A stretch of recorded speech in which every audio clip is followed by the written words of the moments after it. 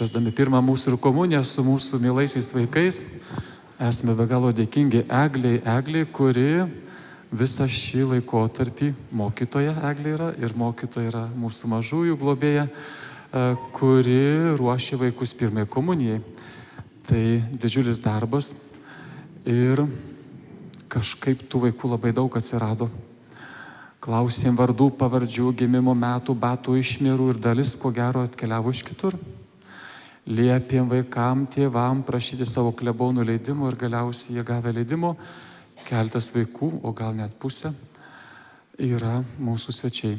Tai meldžiamės kuo nuoširdžiausiai, esu dėkingas mamoms, tėčiams, kurie būdami visiškai čia pat, mūsų parapijos dalis per savo lankymą, per artumą Išlaužo parapijai, savo vaikelius vežėte ir saugote nuo daugybės dalykų.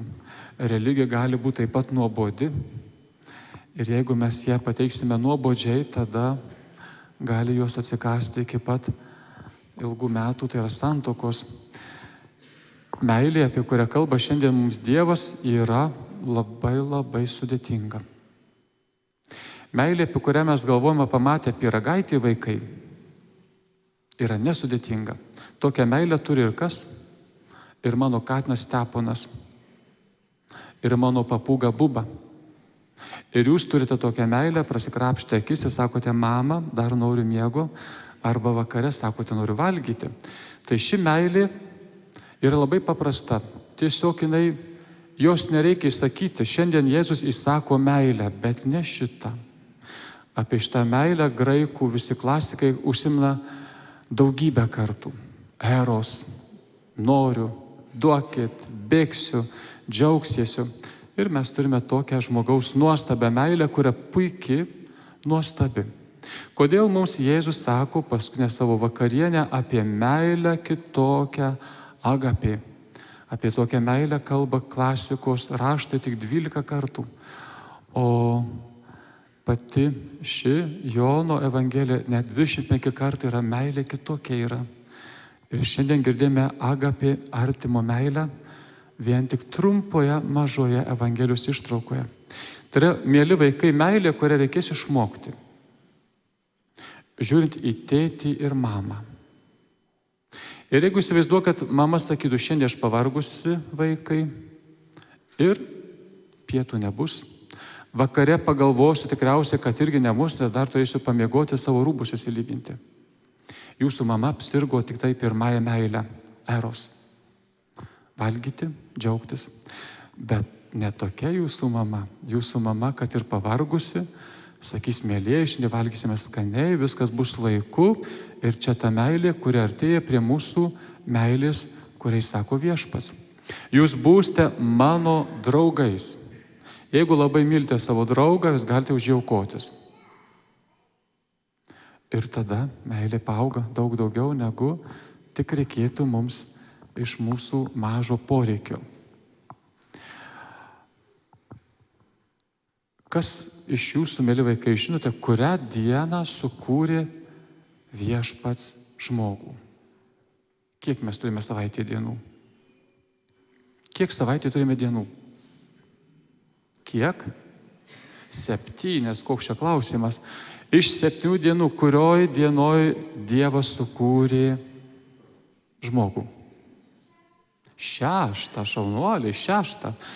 Faktiškai paskutinę dieną, nes 7 dieną mes visi čia esame. Čia yra 7 diena.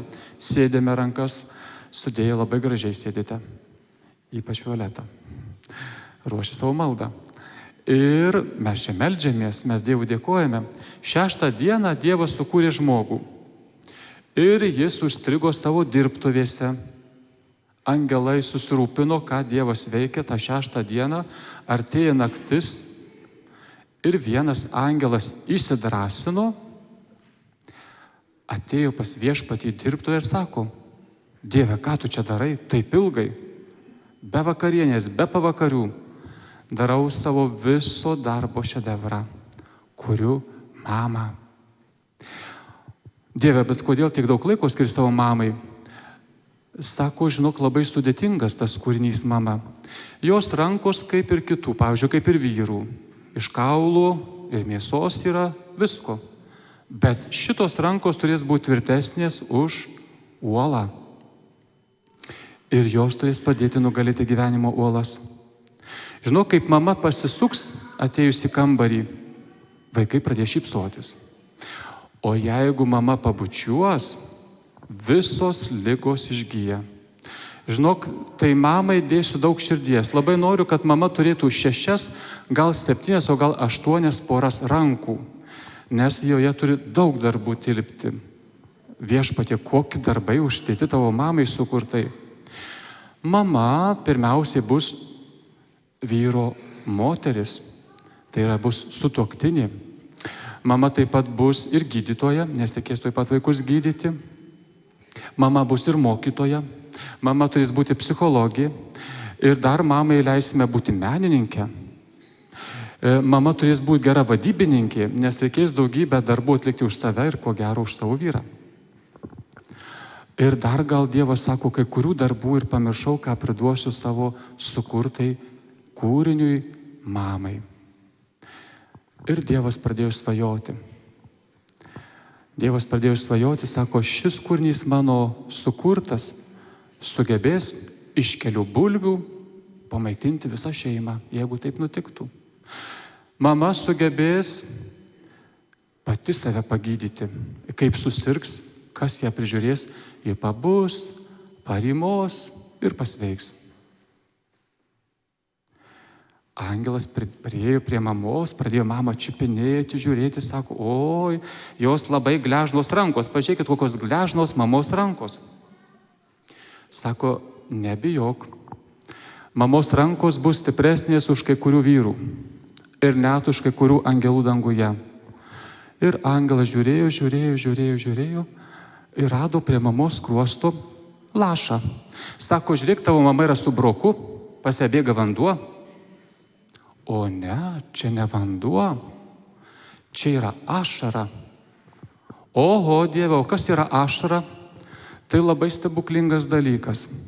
Ašaroje telpa viskas – džiaugsmas, liūdesys, skausmas, taip pat pasididžiavimas, taip pat žiūrėjimas į savo vaiką ir godėjimas į savo vaikų irgi telpa ašara. Oho, Dieve, tu tikrai esi genijus. Jeigu sugebėjai tokį mažą lašą įdėti tiek daug. Ir Dievas prisipažino, mielasis angelė, tai ne mano kūrinys ašara. Tai dangiškoji motina Marija padovanojo šiam kūriniui šį perlą. Tai jos pamokos, Marijos pamokos mano sūnui, tai išmokė mane sukurti ir ašarą žmogui, ir taip pat gebėjimą apkabinti ir džiaugtis. Tai kurią dieną Dievas sukūrė mamą, tikriausiai 6 dienos patį vakarą ir naktį. Keltas minčių apie mamą, bet ne taip poetiškai, o gydytojo ginekologo žodžiais.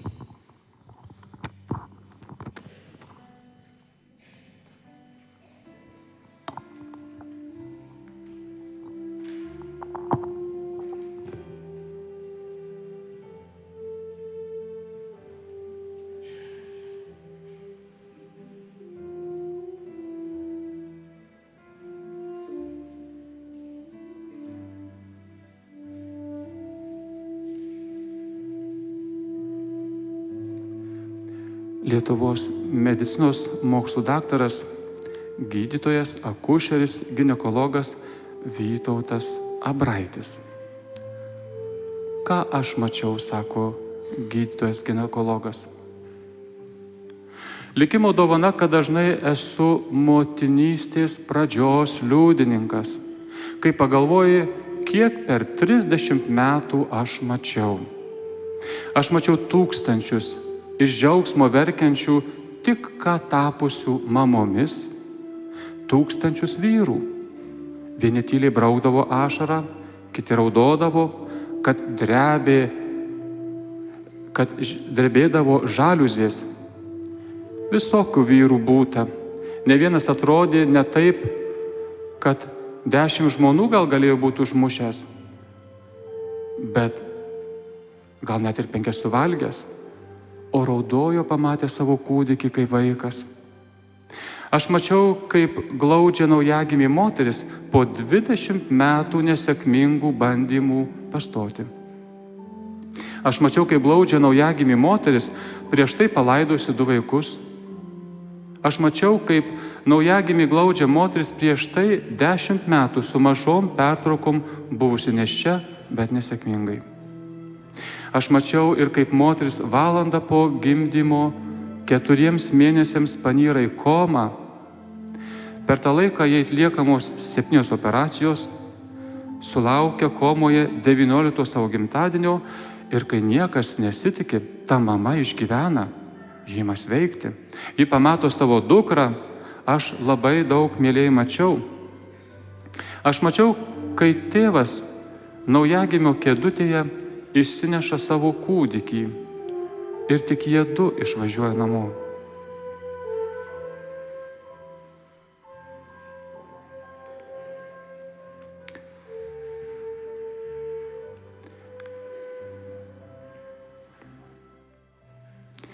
Mačiau, kaip gaivina gimdyvę, kuriai sustojo širdis ir kaip gydytojas purto galvą, atrodo, kad nepavyko. Mačiau kraujo upes, kad padėti atskubėjęs 30 metų stažą turintis mano kolega sustingsta ir keliom sekundėm negali judėti. Mačiau 16-metę pagimdžiusią 2 vaiką, 2 paliekančią Lietuvai. Mačiau moteris, jos gimdo nusukus galvą į šoną ir sako, tik nerodykit man vaiko, aš jo neimsiu. Nors aukšto išsilavinimo, aukštesnių pajamų miesto gyventoja. Galėčiau mieliai apie tai rašyti kiekvieną dieną, ką aš pamačiau. Todėl žinau motinystės kainą, nes mačiau, gal net per daug mačiau. Kartais sėdint kraujo baloj pagalvoju, kodėl policininką jau seniai išleistų į pensiją, o aš dar 9 metus, dar 8 mėnesius turėsiu stengtis, kad to kraujo nebūtų ar būtų mažiau.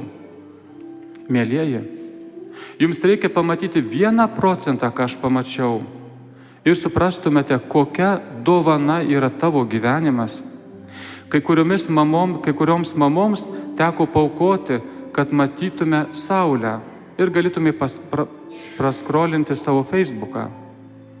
Mylėk, brangusi, savo mamą, ypač jei ji dar yra gyva, ir nesureikšmink pliaukštelimo per užpakalį, kurį gavai gal prieš 40 metų. Daugelio mūsų mamos nebaigė pozityvios tėvystės kursų ar Montessori mokyklų. Tos mūsų mamos stengiasi pačios iš savęs, nes mus tai mylėjo, kaip mokėjo, taip ir mylėjo. Mielosios, su motinos diena, mielos mamos ir tos, kurios norėjo, siekė būti mamom, bet likimas neleido. Apkabinu visas savo pažįstamas mamas. Pabaigai. Arabų posakis. Jei tau taip atrodo, kad neturi už ką gerbti motinos ir tėvo, tai sugalvok suski tą priežastį, kodėl gerbti mamą ir tėtį, ir tai rimtas posakis. Mintys akušerio ginekologo Vytauto Abraičio. Amen.